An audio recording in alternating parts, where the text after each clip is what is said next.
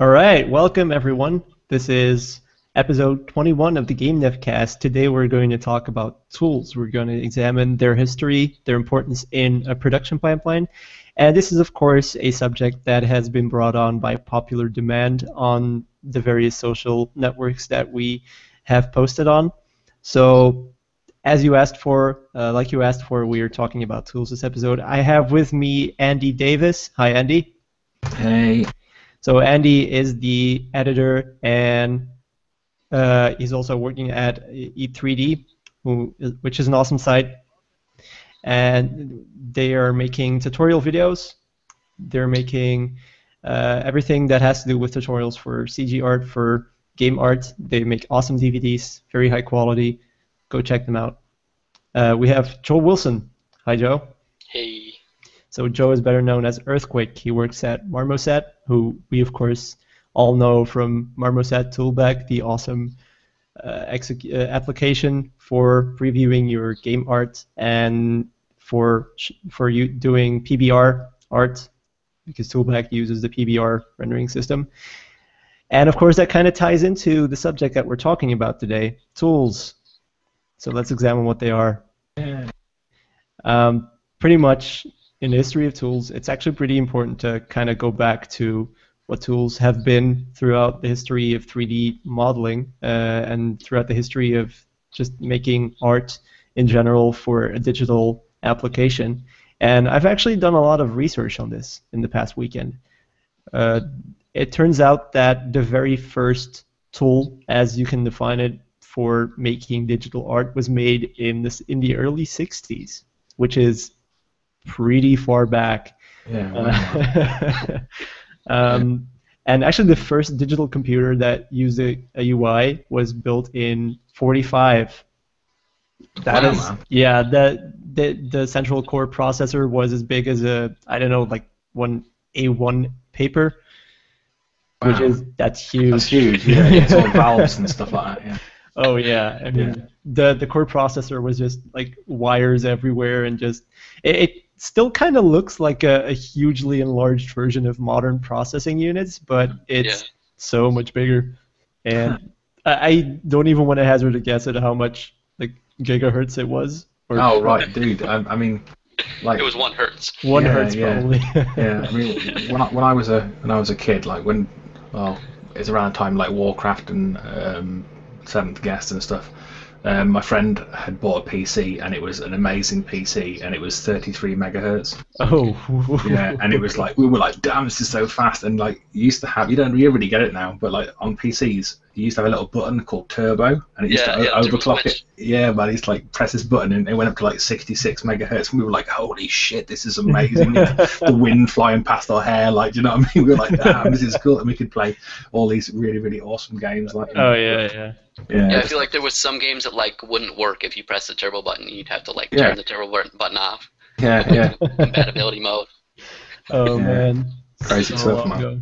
Yeah, I remember when there was like my dad used to talk about a time where he had to use these cards with holes in them to give commands to a computer. Yeah, punch Wow, cards. man. Punch cards, yeah.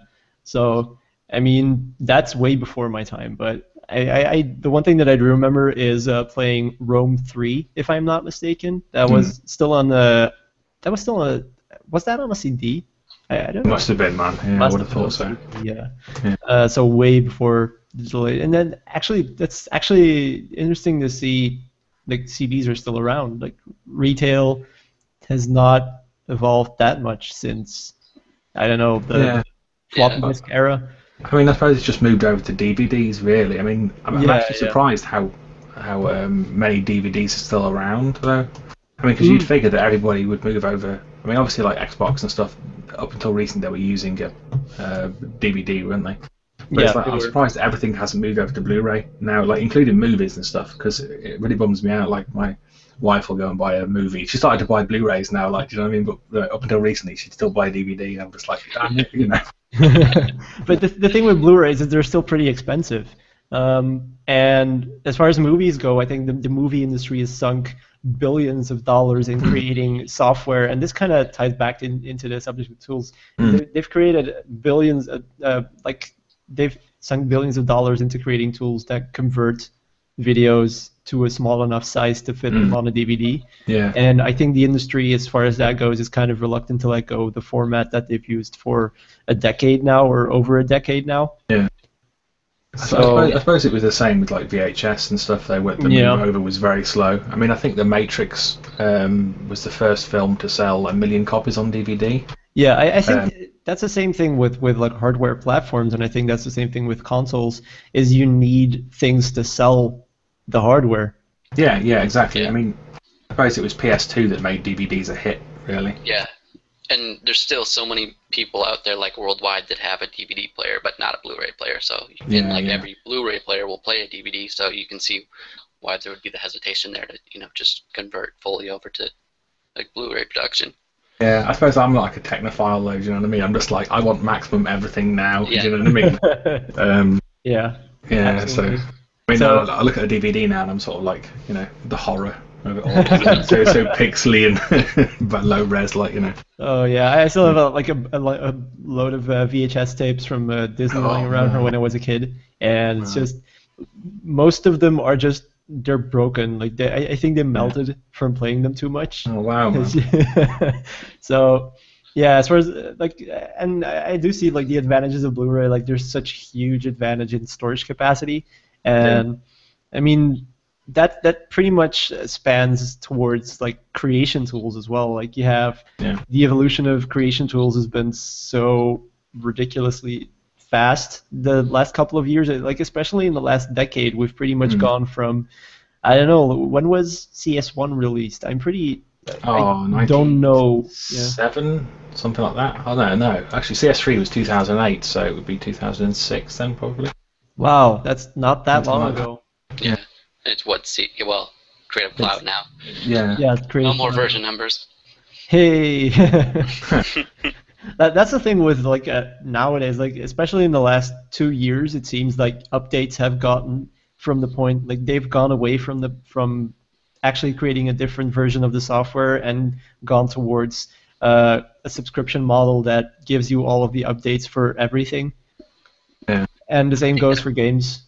Yeah, actually. I think operating as more of a service than a product makes a lot of sense, especially for something that's just going to be in perpetual active development, like Photoshop or most of the tools that we use are that way, Yeah, indeed. And the thing with those tools is they evolve so rapidly that by moving towards a service model, you actually eliminate scenarios where big studios are still working with outdated software.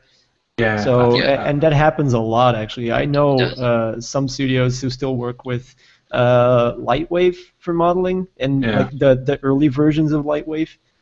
And I mean, I think I still know studios up until recently were using I think it was Maya 5, I think. Holy damn. So like one of the first things that I ever started using to model was Lightwave 5.6. This was when I was like 14 years old. And so what version of Lightwave were the people using that you were working with? Me? Yeah. Wow, that's hard to say. I think they were working with 7. 7, okay. Yeah. Yeah. Man. That's early. Yeah. That's pretty old. The thing is, it gets to a point as well where, I mean, I can understand where studios will use like the same drivers and stuff, right?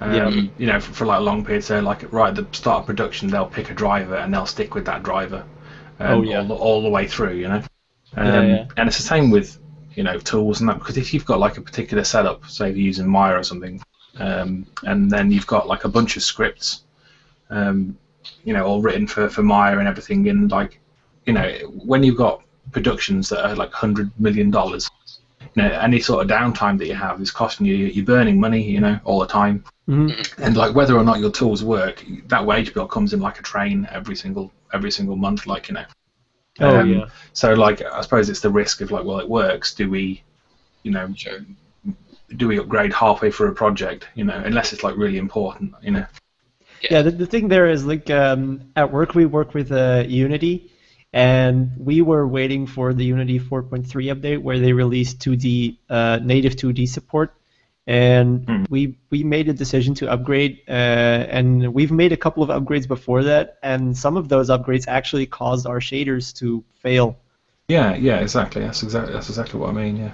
And sometimes that's a risky decision they have. Like some studios work with, like they expressly make a point of working with maybe outdated but stable versions of software instead of going for the latest release that may not be as stable as they want to it to for the things that they are doing. Because sometimes you're doing highly specific stuff with the software that it may not have been built for, and you're not going to know if it works until you try it. And if it then does not work, then you've bought licenses for a piece of software that are incredibly costly. Yeah.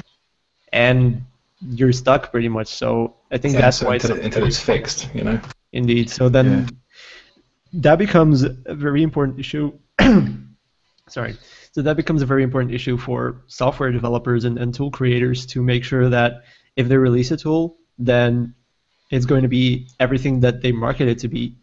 And I think that kind of goes back to the same situations we have in the big games scene now, is where indie developers. This goes for tools as well as for big productions.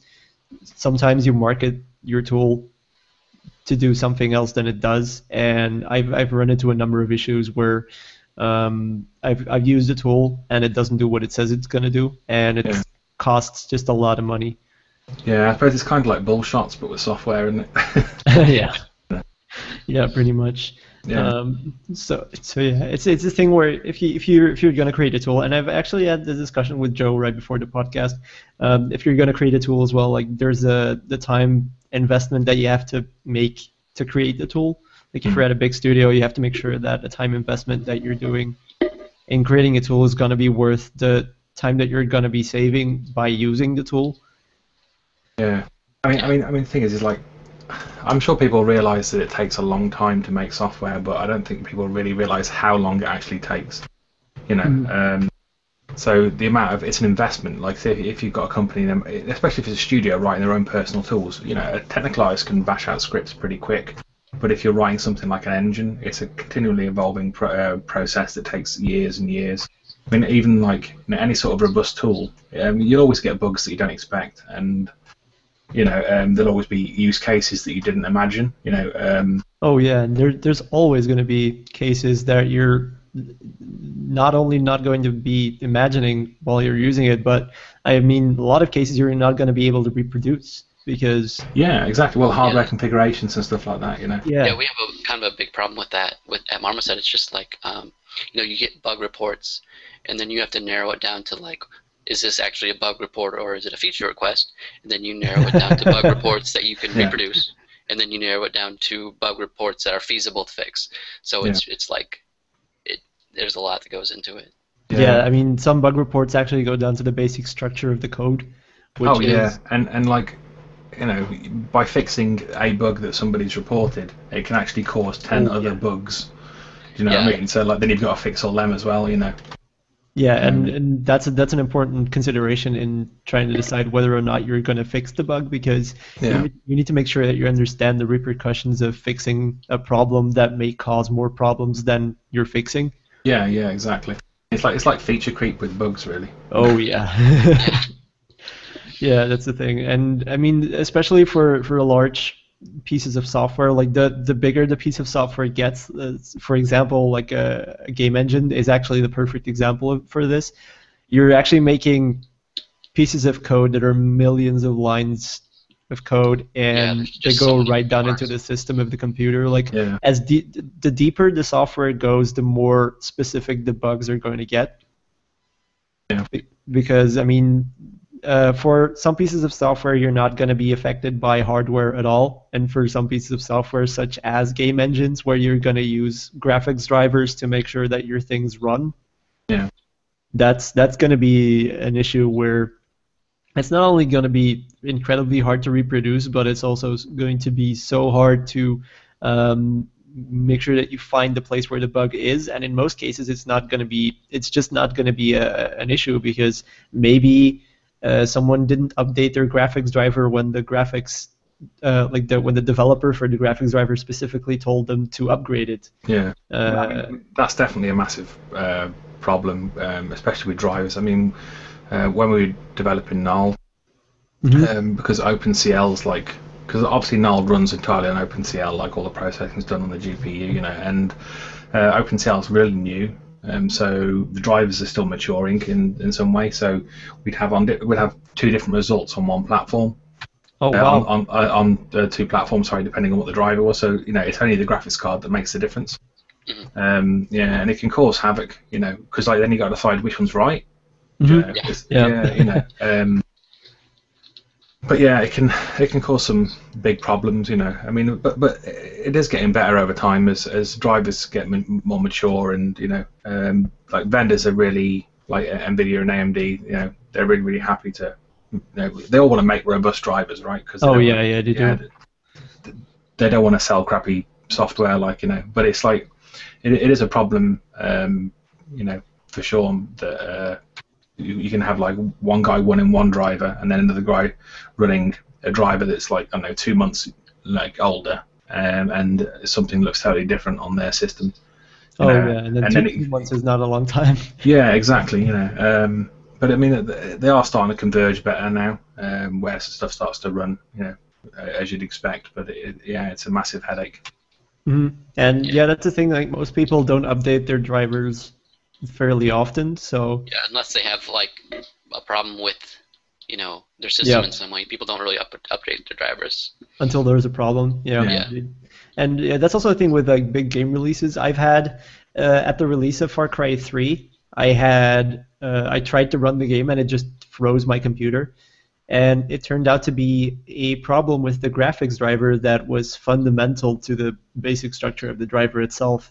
So NVIDIA later then went on to release a massive update for the driver to make sure that it doesn't happen on Far Cry 3 anymore, because it was a game-breaking bug. But it was not the fault of Ubisoft for the bug. Like, the bug was not due to a problem with Ubisoft. It was actually apparently a problem with my specific model of graphics card, which is the NVIDIA GTX 650. 560. Sorry, and. Yeah, I mean, I can only imagine as a programmer, you get a bug report. My game freezes. Okay, what's your setup? You send along. That's most people. Most people just don't go any further than that. My game freezes. Fix it. Yeah, I mean, and there's so many different configurations. Forums and posts about it. Game freezes. This game sucks. Yeah, exactly, and that's a big problem, isn't it? So. Someone opens up this brand new game and they're really excited, and then they try and play it and it crashes their PC and they're like, "Oh, this game's shit," So then they'll spend ages bitching about this game, and they don't realise that it's because their drivers are 3 years old, or they've got some bad RAM or something like that. They're trying to run it on onboard NVIDIA graphics. Yeah, right. So. I'm sorry. Ouch. Man. So. I suppose that'll get better. I suppose as time goes on, as users become a bit more sympathetic. I suppose, but everyone likes to bash developers. I think because even developers like to bash developers. Yeah, right. Good clean fun. Yeah, indeed. But I guess also that's the thing with the tool development as a whole. You have to make sure that your tools are always up to date, because I've developed a while ago, I think it was a year ago at this point, maybe 2 years ago at this point even, a flow map painting script for Macs. Oh, yeah, I remember that, yeah. And I still get, I recently got an email from a guy making a movie who wanted to use my script. And I told him, okay, if you need any support with using it, please let me know, because let me warn you before you use this. I made this for a highly specific version of Macs, which is the 64-bit version of Max 12, which was notorious for its issues. Max 12, the first update for Max 12 was released with a bug that corrupted skin data for characters, or for models, like just skin modifiers. So what I did was, and this was right before And I didn't have the common sense then to not upgrade my software just before I had to deliver something. So this was right before my final exam for character modeling when I was still in school. And I saved my max file, I opened it at the exam to demonstrate, and my skin was just corrupted. Like the vertex IDs, the vertex IDs were randomized, so you can imagine like the head was following my foot bone and stuff. Oh, dude. And you can imagine everything going through my head. What the fuck happened? God, yes. What happened? No. Yeah. I spent 12 hours skinning the damn thing, and now everything is broken. So man, that really sucks, dude. Yeah, so that's like a cautionary tale for everyone listening to this. Never upgrade your software right before you're going to turn something in. Yeah. That kind of ties back into the logic of studios not wanting to, can be a nightmare updating your software mid-project. Oh, yeah. Because something like that could happen, and then, who knows until that'll get fixed, and then you got to revert your software. Yeah. Oh, yeah. Yeah, exactly. I mean, if you're using, like I said, if you've got $100 million project, and it takes 3 years, and, so that's like $30 million a year.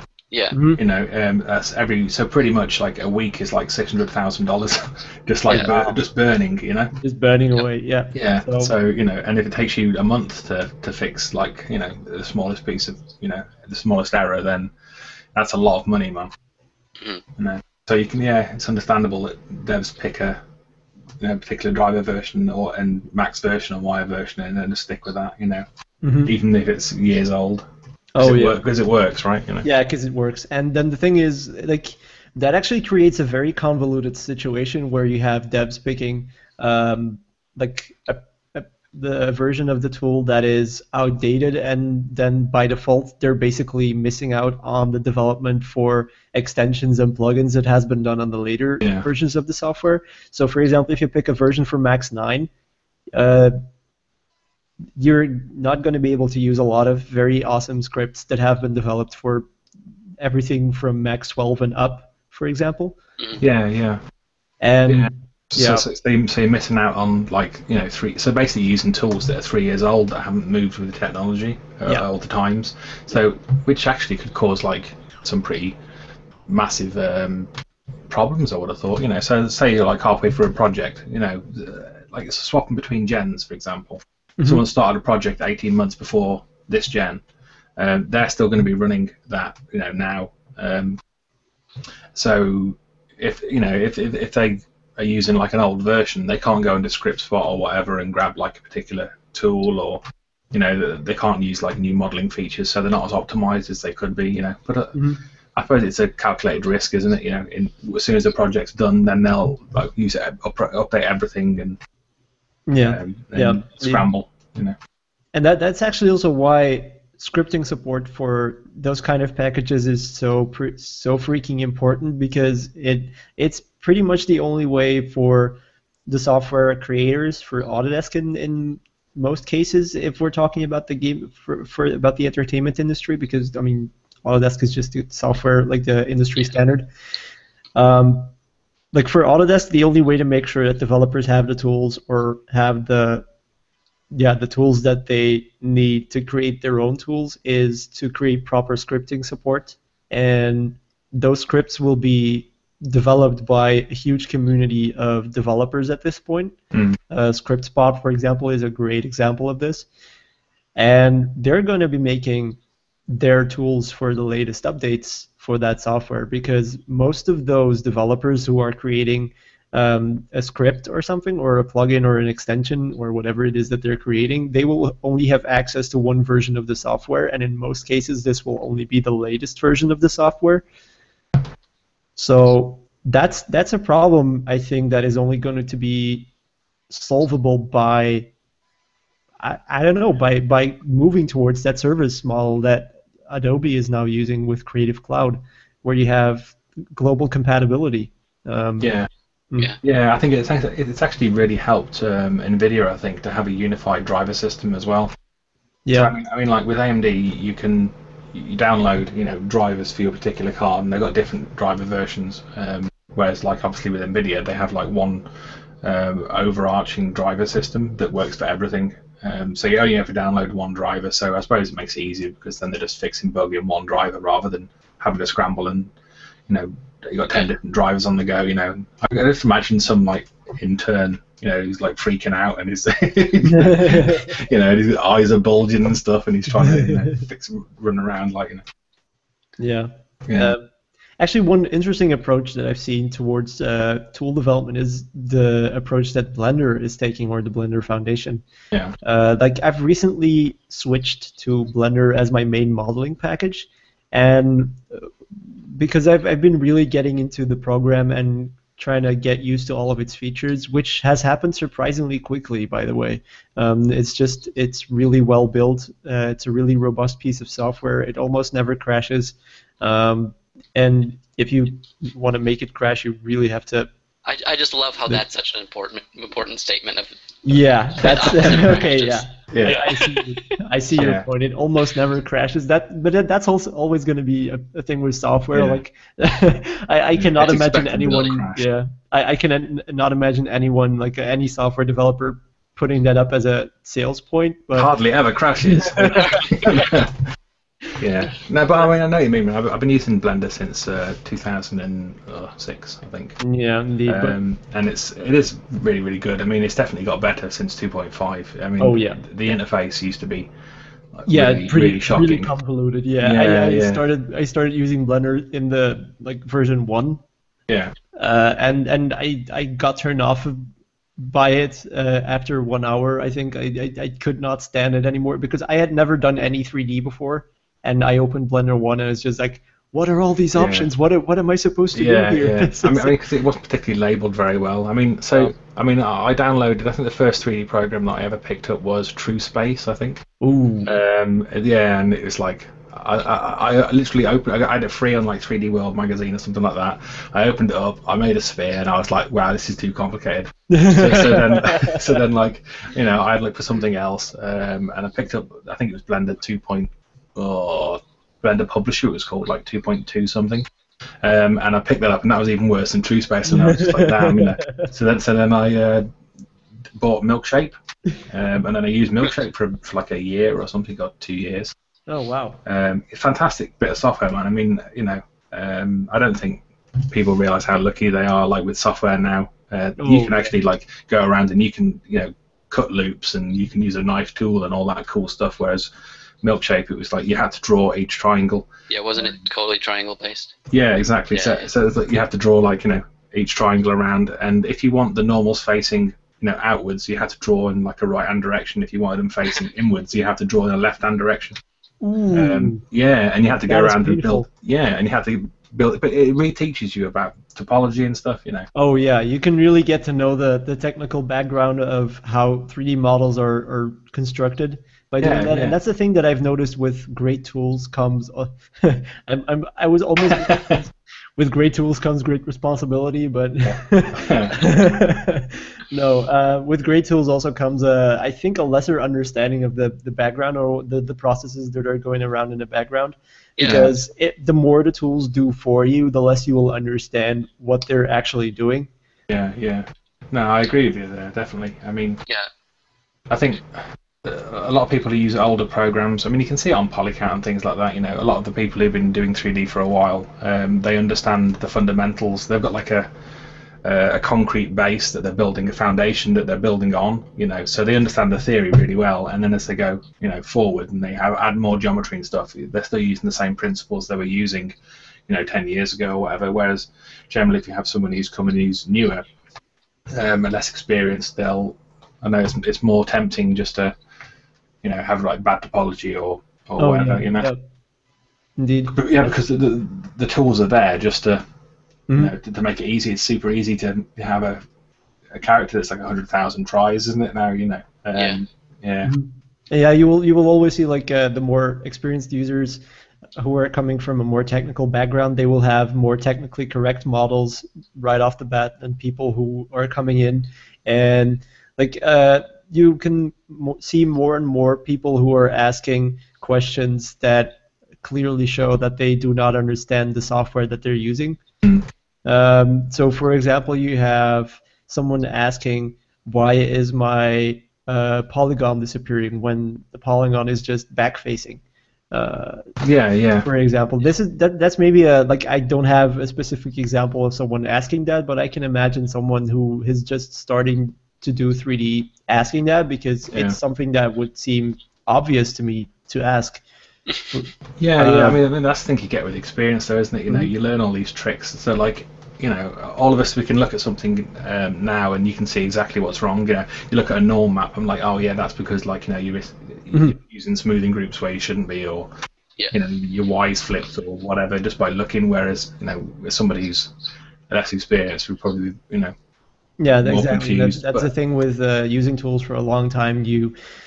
I think once you actually start creating tools is the point where you actually start understanding or are being forced to understand what is going on behind the scenes. Yeah.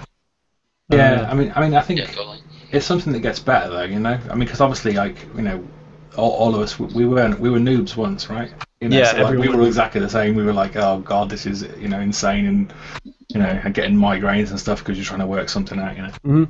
Yeah. And back when we were starting, there wasn't all these resources. We just had to experiment and figure it out. Yeah, exactly. I suppose it's much easier now. There's a lot more resources nowadays. I had the good luck, the good fortune of going to a school that was just starting an education in game art. Yeah. So, I had the good fortune of having access to an educational program that is pretty much unique in the world, pretty much not because of the fact that it teaches game design or game art, but because of the fact that it was so ridiculously cheap. It was 500 euros, I think. Oh wow, nice. That's excluding software costs and hardware costs. Like you need to buy a laptop, but it goes nowhere near like the prices that you see elsewhere in the world. Oh, in the States, man. $120 and upwards, $120. Yeah, it's just, and the quality is very good as well. Some of our teachers, I was taught 3D by Claudio, actually, or Laurence Coren, who is known for the Solidal shader and is now working at Dice. So, and actually, surprising amount of ex-students of ours are working at Dice. I think 4 or 5 of them are now working at Dice, which is that's a really good thing, man. It must be really weird for Lawrence, though. You know, he's just like there, and like some of his old students are there eyeballing. You know? Yeah, but I mean, he was graduated 1 year when he taught me. So they were pretty much hiring ex-students because they didn't have the available teachers in Belgium.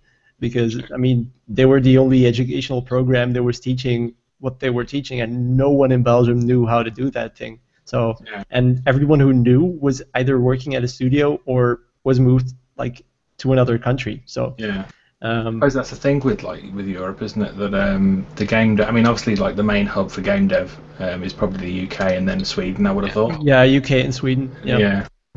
So you know, because of the EU, we can go between. There's like you can free travel anywhere, which makes it really easy. So like if any of us two want to go to Sweden, we can go to Scotland, and go to Germany, go wherever you want to go and get a job. So I suppose it gives it the same sort of scale as the US, pretty much. But in the US, at least, there's no sort of language barrier or anything like that. Yeah, that's the thing with Europe. Like you can travel 3 hours and have passed through 5 languages. Yeah, exactly. You know. Yeah. But yeah, I mean that $500, man. That's if you don't count the regional dialects here. Yeah. Right. I don't know if what they speak in Louisiana is technically English. Yeah, but I mean, that's cheap, man. I mean, like, how much did you say a degree was, Joe? 120 grand, yeah. Well, yeah, some of like the game-specific schools, like, it's not uncommon for it to be over 100 grand, which is just. See, that's. I mean, the thing is, people complain over here because I think. I mean, like they put our fees up. The government put our fees up from, I think it was like 6 grand to like 9.5 grand. Oh yeah, and everyone went crazy, and it's like, man, you guys, that's like not even a year. No, so it's like a degree is like 30 grand or something over here. You know, it varies quite a lot here actually. If you go to like a local community school, it's pretty cheap. If you go to like a state school, it's a bit more. But then like when you get into the private education, like game specific schools are just ridiculously expensive. Like like Full Sail and DigiPen and Oh yeah, Art Full Sail. Institute and all I've these. actually looked into Full Sail, and they're really expensive. So. Yeah. And the thing also is, it seems that this is a big problem with game art education, is the people coming out of those educations are generally not prepared for the industry. Yeah.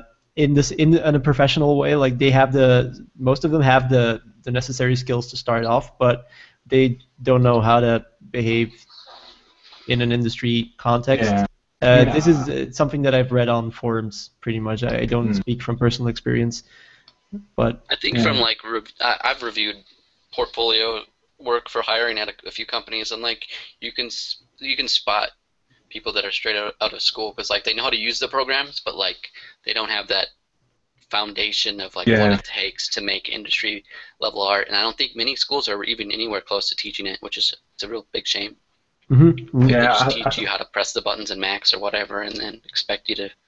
I think there's like a big emphasis that to succeed you have to put a lot of effort into learning yourself as well. So, you know, like it's great to have a uni or a school to teach you these programs, but you have to spend your own time rather than going out and partying and doing whatever. Yeah, you know, absolutely. for those 3 or 4 years, you've got to knuckle down. And it's always the people who never went out drinking really, you know, that end up getting good jobs and becoming great artists. Yeah. Mm-hmm. And you don't really have that sense of importance at the time. Like when you're a student, everyone around you is partying. Yeah, exactly. You just feel guilty about not going out, so you end up going out anyway. And really you're burning your bridges, I suppose. You know. Indeed. So I guess it kind of goes back to tools in a way, because those educations, the way that they teach tools is based on, like, say an educational program uses the latest version of Max, for example, then they will form their courses based on the features that are implemented in that latest version. And in most cases, this will include native tools for doing stuff like unwrapping, skinning, rigging in a very procedural way. Like, for example, if you start off learning how to rig a character by using a tool that allows you to procedurally place an arm, you will not know how the arm works internally. You will, you will place 3 points and you will press a button and you will see, hey, I have an arm. Yeah. You won't know about FK, IK. You won't know about stretchy rigs. You won't know about helper points, path constraints, up nodes, look at constraints. Everything that comes into play when you're making a complicated rig of any sort, and that will be a wall that you run into when you eventually have to do something that is way more advanced than I think that's definitely a problem. So I mean, like, but it's not specific just to like rigging or anything like that. You know, it's like anything that makes content automatically for you. Mm-hmm. You know, can have those problems.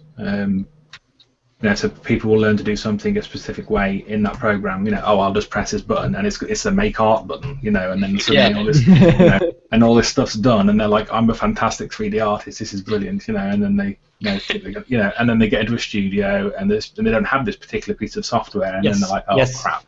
Exactly. You know what I mean? Yeah, exactly. and then then they've got to, I don't know, get sacked or something. You know what I mean? Because that's what's going to happen. Like, I mean, so I really think any sort of like, you know, any tools that make anything procedurally or automatically, people should definitely use them. People have to use them. Oh yeah, absolutely. You know, because otherwise, you know, like I think we've talked before that budgets are unsustainable at their current levels, but the public expects bigger and better games. They want Skyrim times 1,000. They want, you know, GTA 5 times 1,000. You know, and they expect more and more every game. But you know, there's no more developers. Really, and the budgets can't go up much more. You know, I mean, they're already too high. You know. For the sheer like scope of production, the only thing you can do is just automate more of the actual asset creation process. Yeah, exactly. So I mean, I definitely see a shift towards procedural generation, or you know, automatic creation of be it textures or models and stuff. Maybe you actually already see that because the big wave in games, and sorry for interrupting you, Andy, but the big wave in games now is sandbox games, and those are procedural. Yeah, exactly. So I mean, so the problem is that like we said, you have all this stuff and people don't know how to do the basis of it all. So I think that there'll be a wider shift towards like maybe generating the base textures and base models and stuff like that automatically, and then like artists will add the polish to them. You know what I mean? So like you'll say using Dido or something like that, then you can make a basic texture and then you go on top of it. It's not finished. That's the problem that a lot of like new artists who haven't got a lot of experience have. They run something like Dido and then it goes through, it makes the texture, and then they think that texture's done, and it's not really. It's just you've got 70% there, and you've got to finish it off yourself. Bring it into Photoshop and. Yeah, and that's the thing. Like that coin has two sides. Like something like Dido and Endo 2. Those tools are great, and basically what they do is they heighten, like they improve the worst result. Is I think the best way so to put it. Just raise the benchmark up a little. Yeah, they raise the benchmark up a little, but it still requires a great artist, and it still requires a great artist to have truly great results. But it makes it easier for a great artist to get to the same results as he would have otherwise.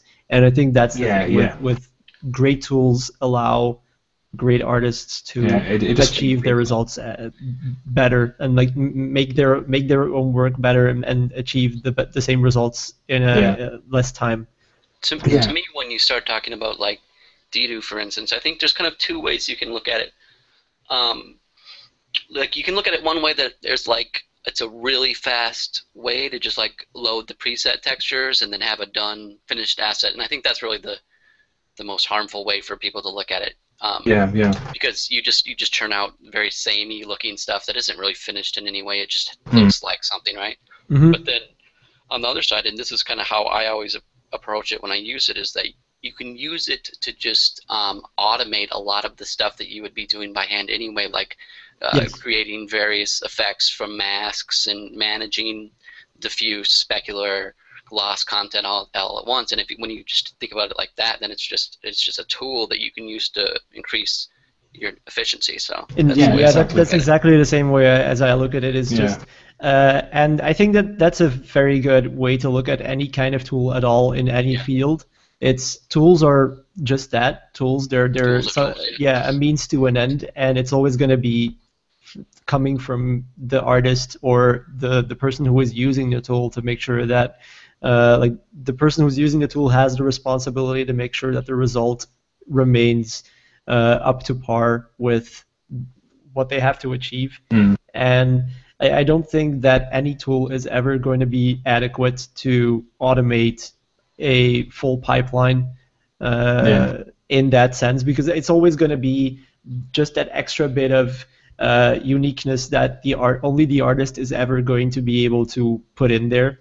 And I think that's a very good way to approach tools in general. Tools make things easier, they make things more efficient, they make it easier for the artist to achieve better results in less amounts of time, but it's always going to be the artist that's going to provide the end result. So it's always the human element there that is the difference between something good and something awesome. I mean, really, I suppose regular tools like that we use in 3D, they're no different to like a tool that a builder would use. For example, like if you've got like a plank of wood and you've got 1,000 nails to hammer in, if you use one hammer, it's going to take you like 3,000 hits. But if you use like a sledgehammer, you can hit 5 of them at the same time, and maybe one hit. So, it still takes a little bit of time, but you get super awesome at bashing in nails. But like a hammer, it's just a hammer. It's just a bigger hammer, right? So, and actually that kind of goes the same for like every piece of the pipeline we see is now being like automated as much as it can. And one thing that I've kind of liked seeing is something like Marmo said, where you have sort of an in-between between texture creation and the engine, because it kind of basically cuts out the part where you have to go through the engine manually and see what your textures have done and wait until the shaders have compiled again or something like that.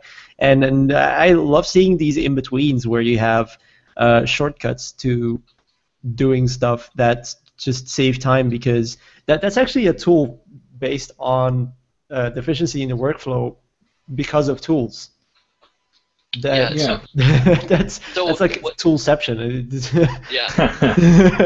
So the first version of Toolbag was actually developed on site for a game that we were making called Darkest of Days, which was an amazing success. I love that game, dude. Honestly, man, I've got it on my Steam, dude. I actually really. People like tell that me game. this, and I just don't believe it. No, I'm serious, man. I got it. It's beautiful. So the original purpose was we didn't want to have to load our model into the game engine and load up a full level and load up all these other dependencies that were just really slow and clunky to work with. So me and Andres Renoy, we kind of just sat down and came up with the initial design for Toolbag 1, and we're like, what does a very quick and streamlined model viewer look like? And that was the initial Toolbag 1, and eventually we put out a beta on Polycount, and then it's really grown from like community support from then, and it's actually really cool to see how many people use it in a studio environment, just because they have the same concerns. Like, I don't want to load my full level editor every time I want to preview a texture. Yeah, I mean, the thing I like about Marmoset is that it's so fast to iterate. So like you've got a texture in Photoshop, and you press save, you flip over to Marmoset, and then the texture updates. Whereas with something like Unreal, for example, though Unreal is absolutely fantastic, you've got to re-import that texture every time manually. And like it's got to if you don't have defer compressor on it, the compressor on, then it's going to compress the texture, and it takes a little while. I mean, it gets better as hardware gets faster and stuff. But a few years ago, if you were in a dual core, it's at the same time as Marmoset came out, it's like a night and day difference. Indeed. Yeah. And Unreal is actually fairly decent on, there's still a lot of like proprietary engines that people use that, people have to cobble together text files just to preview their work and things like this. Just like from 10 years ago, really inefficient.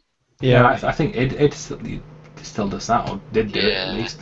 You have to write all the pathways in the text file, don't you? And it's craziness, man.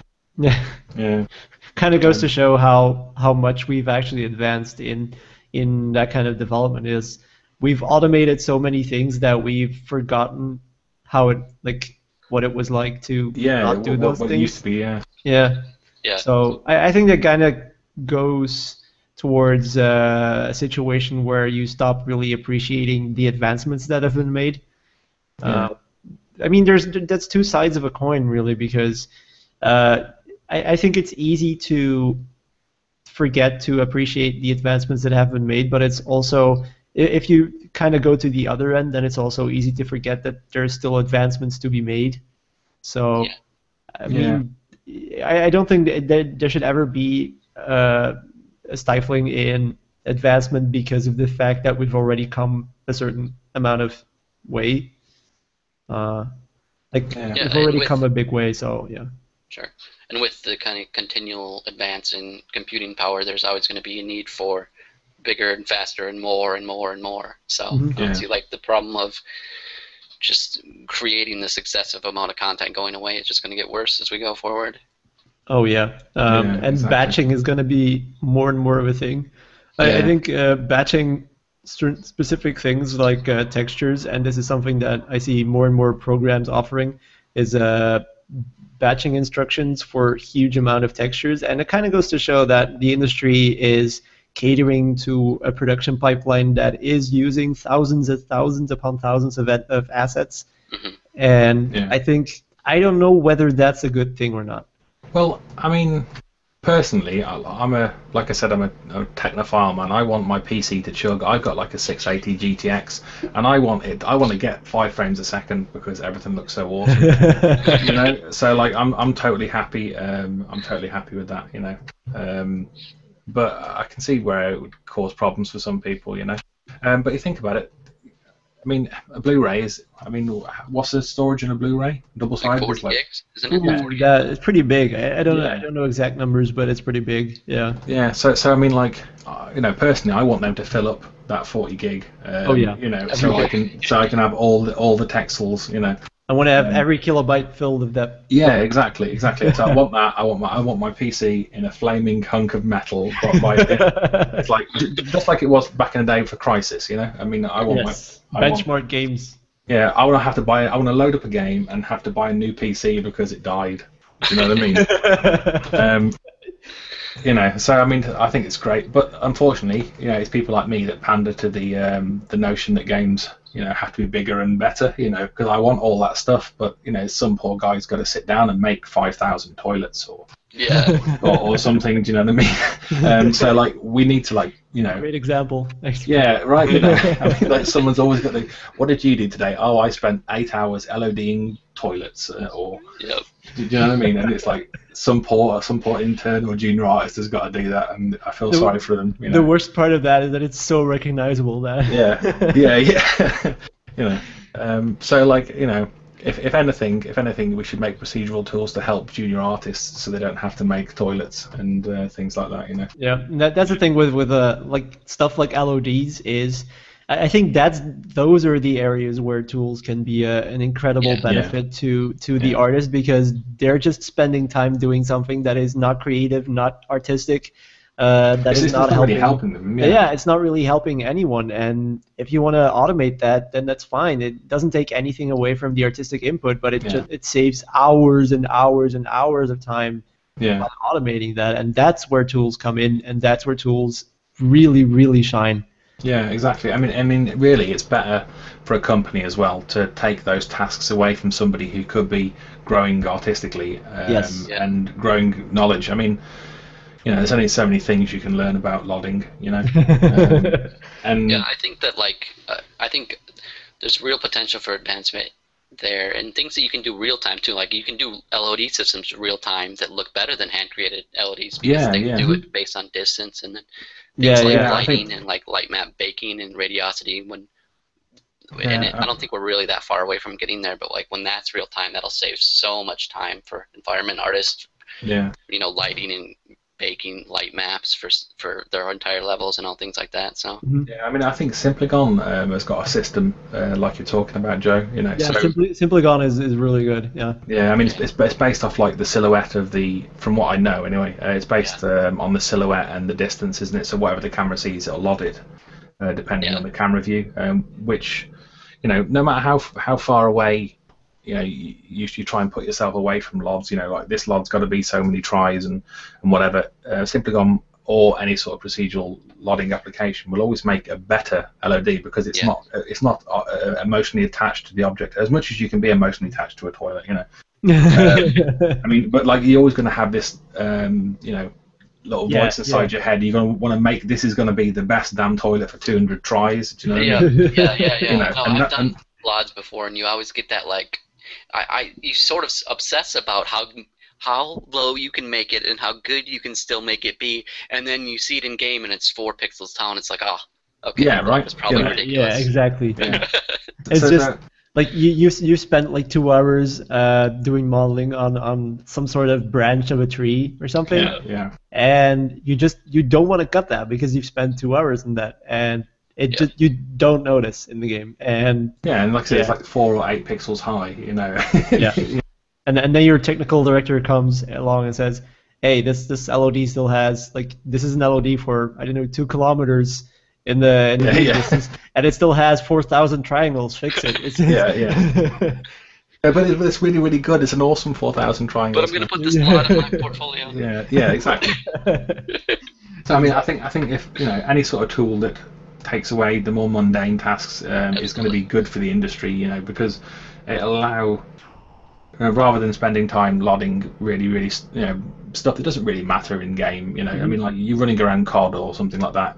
I mean, I suppose artists will look at something a little bit differently. Like I go into games and I'm like an environment tourist, and I'll spend days and I get killed a bunch of times. Like, look at that rock, that's really nice. I do that all the time. Yeah, I did that in Rage all the time. Yeah, and I was just so gaping at the texture resolutions and just, oh, there's a rocket coming towards me. Fuck it, I want to look at this rocket. What a sweet rocket trail. Yeah. You know, look at the effects. Oh my god. Oh, I blew up. Oh. yeah. You know, so I mean, if they can, you know, automate that sort of stuff where, you know, the sort of stuff that doesn't really matter for the majority of people, I think it'll be generally very good, you know, because it'll help artists to grow, and you know, it's better for them because they'll be honing their craft, you know, because really, you know, we all want to become masters, you know, what we do, and you can't really do that by, you know, you can only swim in the trenches for so long, right? You know, it's like, you know, it's better to get your hands dirty with more advanced stuff because you've got to push yourself. You know, I mean, that's how people learn, right? You know, if you do stuff that you couldn't do yesterday, you know, then you'll become better. You know, so we can. I think, you know, we're at a point now that we can just get all that stuff that doesn't really matter, like cups and glasses and, you know, random props that are really low level. We can get them shipped out, you know, to some sort of like procedural system. That would be fantastic for everybody. Oh yeah, indeed, You know. and I think there's been talk of that about making a repository for big studios. I think it would be beneficial for big studios such as Ubisoft, or such as EA, like the studios underneath there, for them to have a central repository of general use assets that you don't want to be spending time on. Like for example, if you're making a Mass Effect game, or you're making another Dragon Age game, then you want to have a repository of, I don't know, medieval benches or something, or medieval, I don't know, medieval flags, whatever. Stuff that you don't want to be spending time on, and you really want to have your artists spending time on the main characters, on the very prominent pieces, on the very prominent set pieces. You want to be, your designers, you want to be spending time on, like, major set pieces that are going to be taking up half an hour of game time. Yeah, exactly. I mean, you want, you know, all the run-of-the-mill stuff, you know, to be in a repository, and then like let everybody make, you know, sort of slightly below hero and upwards, you know, you know, and like that would really help with production costs, you know, because like rather than having your guys spending a year of man hours making, you know, all these really small props, you can cut your dev time by a year in man hours, and have them make something else that's more visually striking and important for the game. You know, so if you have somebody like, if you have something like Ubisoft, or like that EA or Crytek, or, you know, any sort of like multinational you know, studio, they can have a central repository of, like, so they can have, you've got 500 different trees, you've got 500 different rocks, you've got books, you've got like they've got like an IKEA catalogue modelled basically and stuck in there, and then they can just grab that stuff and maybe, you know, update them slightly. That would be beneficial, yeah. This will be kind of more feasible going into the future, because previously, like, if you wanted to do something like this, so much art, and especially like texture content, was just created in vastly different ways depending on the spec and the target hardware of your game. So like how much lighting and things you want to paint in, if you even have normal maps or not, that like the art just wasn't compatible in a lot of times. And then also down to like the real specific lighting in your game, like the light levels of your textures, where I think like as things go towards more of like a standardized PBR style texture creation process, that you actually will be able to drop in an asset from one game into another and not have to make exactly. Like, for example, if you make a rock that was made for a PBR engine, then it's going to work in another PBR engine as well. Yeah. I mean, as long as at least. Yeah, I mean, it'd be at least like 80% there. I mean, as long as like you've got the same sort of like specular and gloss model across. But if you're using like one engine, for example, I don't know, like the Cry engine or Snowdrop, or, you know, whatever, Frostbite. Any studio that's using that, you know, they're probably going to be using the same specular and gloss model. So engines will, you know, assets will be cross-compatible. You know, generally, I would have thought, you know, with minor tweaking, which is a good thing, I think. It takes so much. Yeah, and then that's also why it would be so beneficial for big companies to do that for their own studios, because you can, to some measure of degree, you can guarantee that those studios that you own as a publisher will be using the same kinds of workflows and the same kinds of technical approaches to making games. So for them, it would be very beneficial to do that, and it would also actually, to some extent, sort of equalize the styles that their games are created in. Like for example, if EA is going to release a huge wave of photorealistic games, then they can make sure that those photorealistic games are all photorealistic in the same way. Yeah, exactly. I mean, so you have like a bunch of different assets that are all modeled to the same standard as well. So even the lowest of the low assets in your game will all be a particular standard. And that'll be across all the games. So I mean, if they took all the assets from Battlefield 4 and then they reuse them in a spin-off or Battlefield 6 or something, then at least you've already got this bar that you're already sitting upon. You've already got this foundation of assets. So not only are you spending less time making this stuff, your game's not almost made, but it's getting there. Indeed, and that's also the thing with finding a very good workflow, because I've seen a document. It was not a documentary, but I've read an article about the way that Skyrim was built, and pretty much the approach that was actually a really interesting approach. I did not know that they were doing that, and you can really tell that they had their internal tool development up to a very, very high level when they released the creation kit. Because that tool is incredibly powerful for creating Skyrim dungeons, because the sheer amount of content in that game is staggering.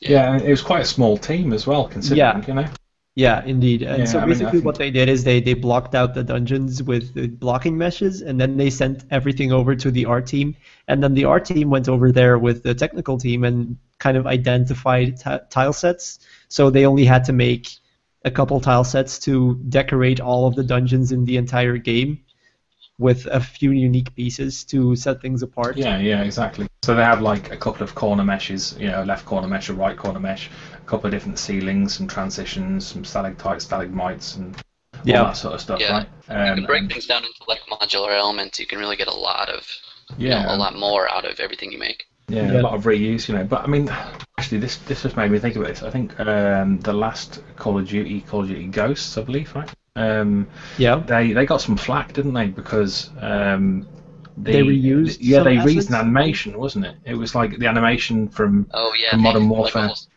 I feel like those games every year that they get released, they get flack for reusing a part of a level or reusing an art asset. Like everything should be recreated, or else it's bad. I mean.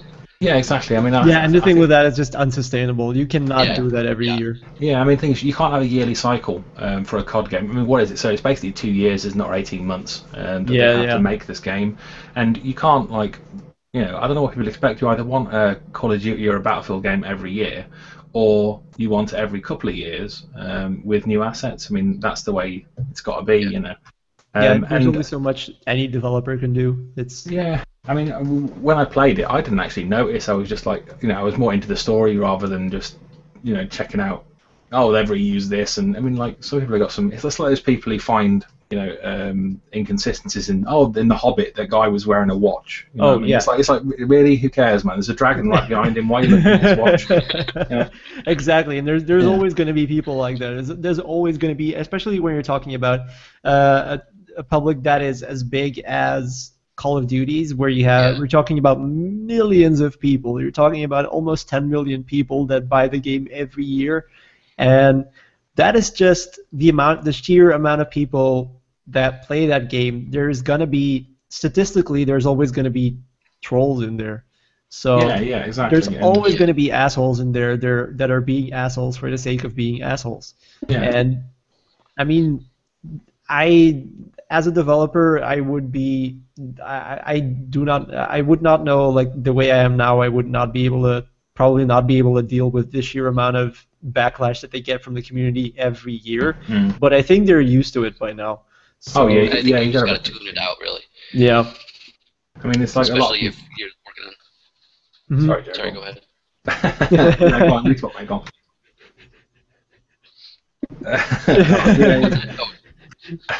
That's right. So I mean, like, they're gonna get like a certain amount of backlash, but like I said, you've got to tune it out. Like, you never, if you release a game, don't bother looking at reviews and stuff. Just unless it's in the news that you're doing well, probably best not to look. Yeah. Like you're always going to get people on Metacritic who are saying, "Oh, this game sucks balls and it's really bad." It's just and it's just like, well, I've had my family for 2 years, so you know what I mean. As long as you artists try to make good art, then you can't really be held accountable. No, and also the thing with that is, if you're playing a game and you're going around, and this is separate from like you said before, Andy and me said it, like everyone here, I think every artist in the industry is going around in games looking at the environment and gaping at awesome art. But I think as a gamer who is not knowledgeable of the way that games are made, I don't think that you're supposed to play the game that way. I don't think you're supposed to play a game by just going around and looking for mistakes. Yeah, right. That's the wrong way to play any game, because you're basically missing the basic point of a game, and that's having fun. Yeah, exactly. Yeah. I mean, I suppose it's very hard for artists to detach themselves from the art aspect of it. It's like if you play guitar, I remember listen to a song and then you listen to the song, but then the half of your brain's like, oh, he's playing G, he's playing E. You know what I mean? Exactly, it's always using this effect, and I mean, anything that people are into, so I can't help but look at games and oh, how many triangles does he use for this? And no, it's really nice, and that normal map's really cool or really bad, or there's a texture scene there. So it's a bit different for us, but I mean, I suppose it's hard for us to imagine professional information. Yeah, exactly. So I mean, I suppose we've got to imagine what somebody who just gone out to Best Buy or whatever just to buy a game, and how they're going to look at it, Mm-hmm. And actually, that's actually a very interesting thing to talk about is I have a friend who plays game regularly but is not knowledgeable at all about, like, he's a classic gamer pretty much. He's a classic example of someone who plays games fairly regularly, and he only plays the big AAA titles. So I am trying to get him to play more creative games and play more indie games. But I was talking about Skyrim with him the other day, and he's just telling me, oh, I do this like this, like this, like this, and he was just telling me how he was complaining that the game, that he wasn't getting where he wanted in the game. Like he was using, I don't know, I think he was using a high elf character with a two-handed battle axe, and he was complaining that he didn't have enough armor, which is like he was using a character that was made for magic, and then complaining that melee was not a strong suit. Yeah, not a strong suit. But the thing is, I'm compulsive about that kind of stuff. Is that of course it's not going to react because you're not using it the way that is intended. But he loved the game, and I did not understand why. And that was kind of a wake-up call for me to see, like, okay, so he loves the game, but for a completely different reason than I would. Yeah.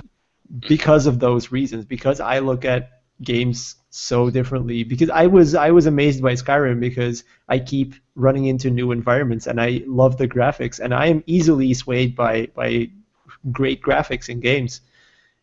But other people will not be. And I mean I'm the same, man. It's like, when I first played Crysis 3, I had to buy a new graphics card because, like I said, so like I put on Crysis 3 and I was like, man, I'm only getting, and I put everything on Ultra. So I had like a 560 Ti. And I put everything on Ultra, and I got like a 1080p screen or whatever, and it really chugged, and I was like, brilliant, I go and buy a new graphics card. So I bought a new graphics card, and I still only got like 30 frames a second. I was like, this is fantastic. you know what I mean? I love graphics, man. Yeah. I mean, like, I don't know, they've come such a long way. I mean, like, you used to play the 3D, used to play like 3DO and the Sega Saturn and all that sort of stuff. And triangular heads, and it was like back then it was like super realistic, and people had pictures of the polygonal Lara Croft on their walls. You know what I mean? Like, oh, she's so sexy. Do you know what I mean? And I don't know. And whereas now, like, graphics have come such a long way. It's fantastic, and it actually brings us back back to the topic. All this extra art and the high fidelity we've got has been made possible due to efficiency in tools.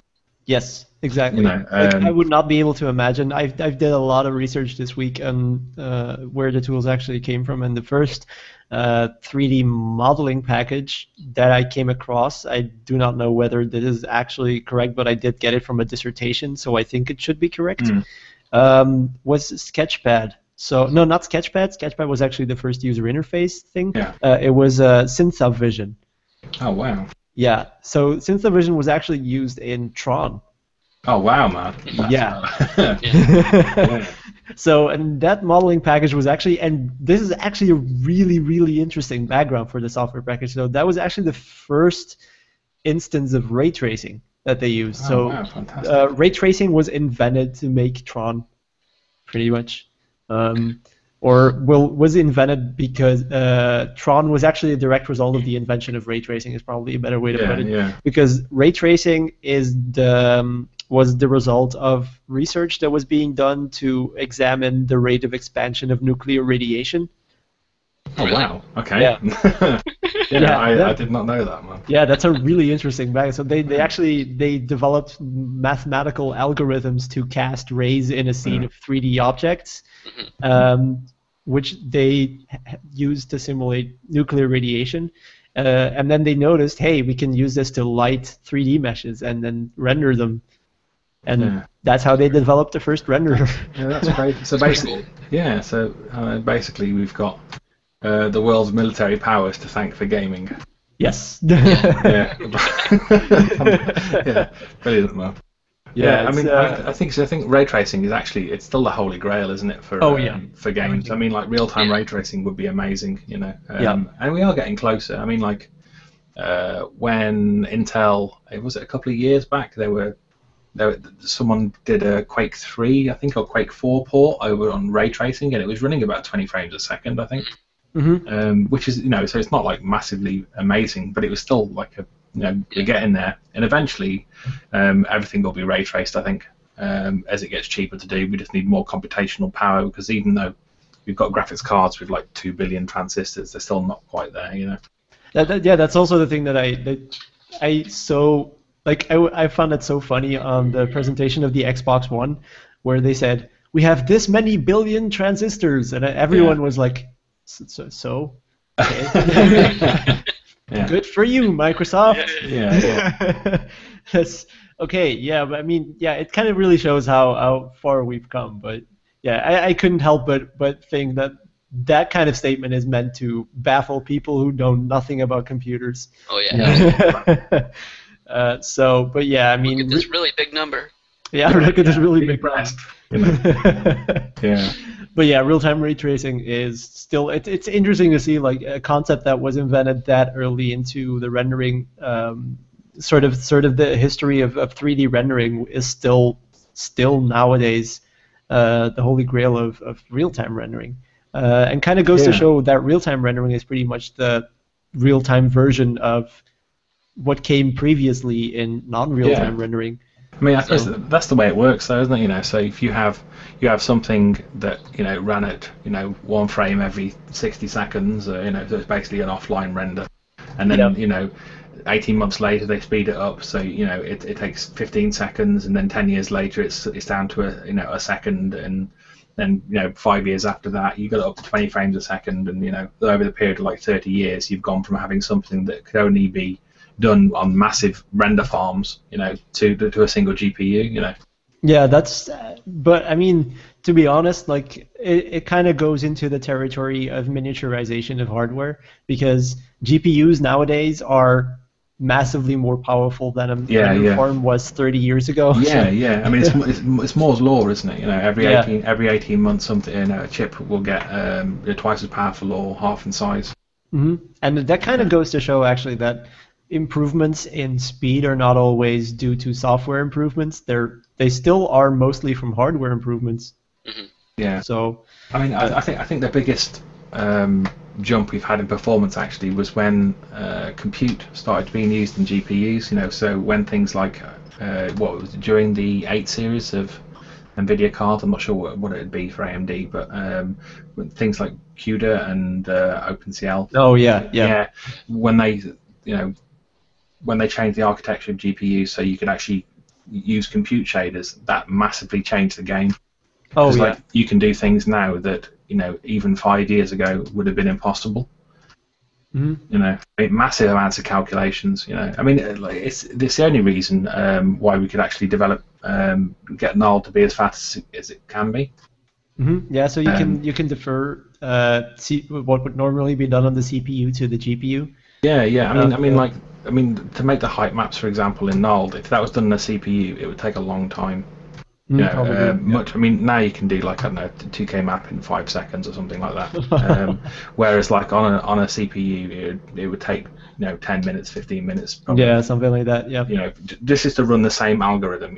So like you can have more advanced algorithms, and you can do everything, in a shorter space of time. Mm-hmm. Yeah. That really goes to show like different kinds of architecture in hardware are the same kind of advancement as we make in software, where we kind of rethink the basic structure of what we're doing, because the GPU is like it's just it's of course a different kind of hardware than a CPU, but it's if you really break it down to the basic level, a GPU is a lot of CPUs next to each other. Yeah, exactly. You've got hundreds and hundreds of thousands of cores all running simultaneously, so it's basically just like massive multi-threading, isn't it? Mm-hmm, indeed. So you get massive gains, and it allows you to run things much faster than you would have been able to previously. Mm-hmm, indeed. Yeah. So everything that is Toolbag is all GPU based pretty much too. Yeah. Just Toolbag is more of a traditional like game engine sort of renderer, so that's not really that surprising, I guess. Yeah, but it does seem like things are moving more and more towards either the GPU or the more centralized approach. I think that the trend generally in the movement of hardware and software in the last 15 years or 20 years even is towards a more and more centralized approach. And I think we've seen a lot of instances where that has actually provided a lot of improvements in speed, performance, and results at the same time. Because like, the more you can control stuff from one point and make it node-based in that sense, the more you can actually expand from there. Because if you have, and this is actually a very good example of this to kind of show this high-level concept, because it's very hard to explain in just normal words, is if you have a node-based approach to anything, you can extend it infinitely. Like you can have an arbitrary amount of nodes, and this is applicable to any kind of software development or hardware development at all. Because if you have, say, you have a motherboard, you can only have so many CPUs. But if you make that like a centralized system, then you can have an arbitrary number of CPUs, for example. Yeah. So you can have like 1,000 motherboards all connected together rather than just one. Yes. Yeah. So that kind of approach seems to be the general trend in development for the last couple of years, at least. And I think as well, like, because we've got the real-time aspect of stuff, and like you can see it in like Toolbag and Nald as well, that when you move a slider, something doesn't take ages to calculate. It just updates, right? Mm-hmm. Yeah. Which is super exciting, really, because like even 5 years ago, you have something and you move a slider, and then it like takes a little bit of time, it chugs a little bit, and then you get the result you want. So we're saving time in that way too.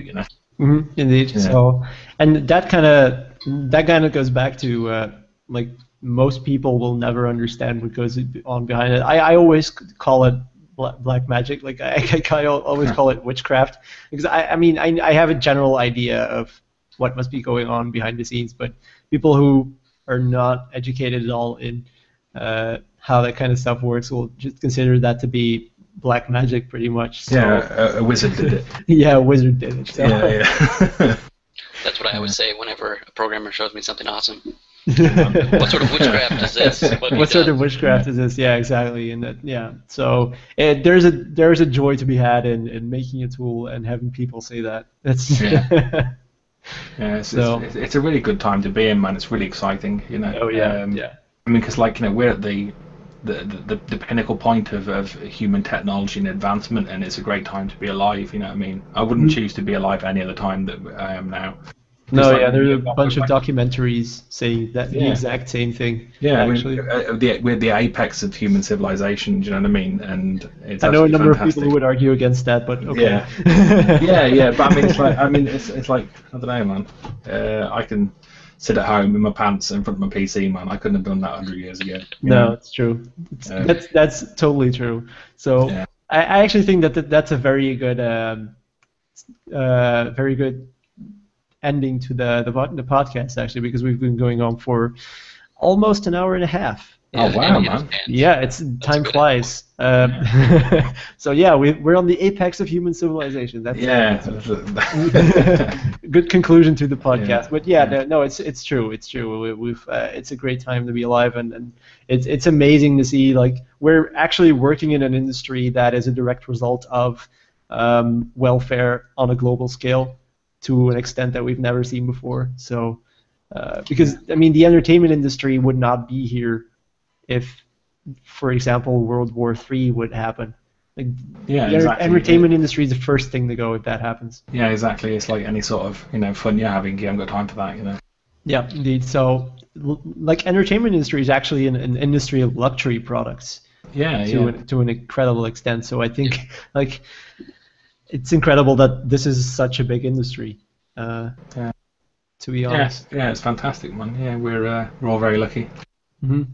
Yeah. So, I think that's a good point to end there. So for everyone who was listening or who was watching live, thank you for tuning in. Don't forget to go to thegamedevcast.com if you want to have more articles, more podcasts, anything more from us. Also, please go to marmoset.com, was it, Joe? .co. Just .co. Oh, yeah. So marmoset.co. And also go to e3d.com for great textures, great tutorials. Sorry. e3d.com for great tutorials. Marmoset.co for a great tool for previewing your model before you actually go to a game engine. So thank you for listening, Joe, Andy. Thank you for joining us today. No problem. And see you next time. See ya.